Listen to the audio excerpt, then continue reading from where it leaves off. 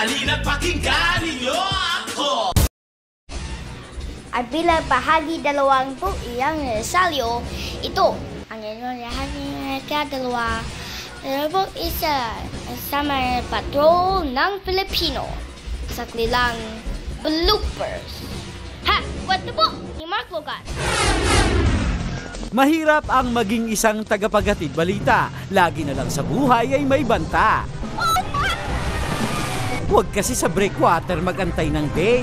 Buhay ng reporter, walang tulugan. Minsan gutuman. Wala bang pagkain dito? Ang tagal naman ng pagkain. Kabayan, kumain na po kayo? Ibahin si Dominic. Astig. Naiiyak na. May palusot pa rin. Ang isipon na do.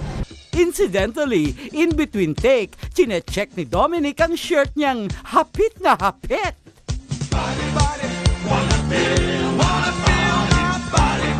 Isa ka ng alamat at matindi ang impluensya sa mga junior reporters. Bumaba.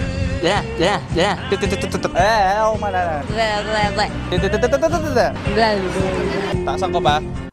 Okay na Ryan. Okay lang ang pitch mo. Okay pa naman dito. Wala pa ako nakikitang nakaambang panganib. Ang taas nitong overpass.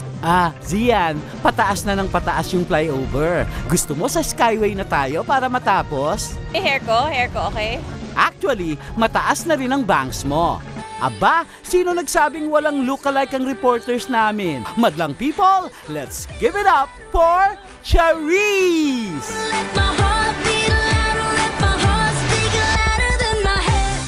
Boundary ka na, Jenny Reyes. Pwede na bang sumakay sa bangka si Jeff Canoy?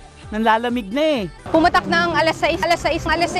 Shara, palitan na natin ha, alas 7 na eh. Sakto namang pagpatak ng alas 6 ay pumatak na rin ang ulan. At sa wakas, natapos din. Patak-patak na, pambili ng taho. Mang taho! Bilis, umagang kay ganda na. At mundo ito ng matatapang. Siyempre, dapat may pinagmamanahan. Oo, kukunan lang pala ng dugo eh. Okay.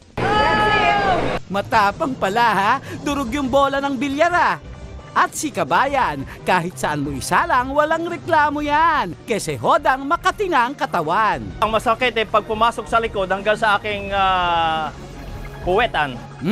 Ganda ng polo mo, Kabayan. Saan mo ba nabili yan? Bayukay? Kaya pala. Kating-kate. Mark Logan. Ina, sweldo ba? Patrol ng Pilipino.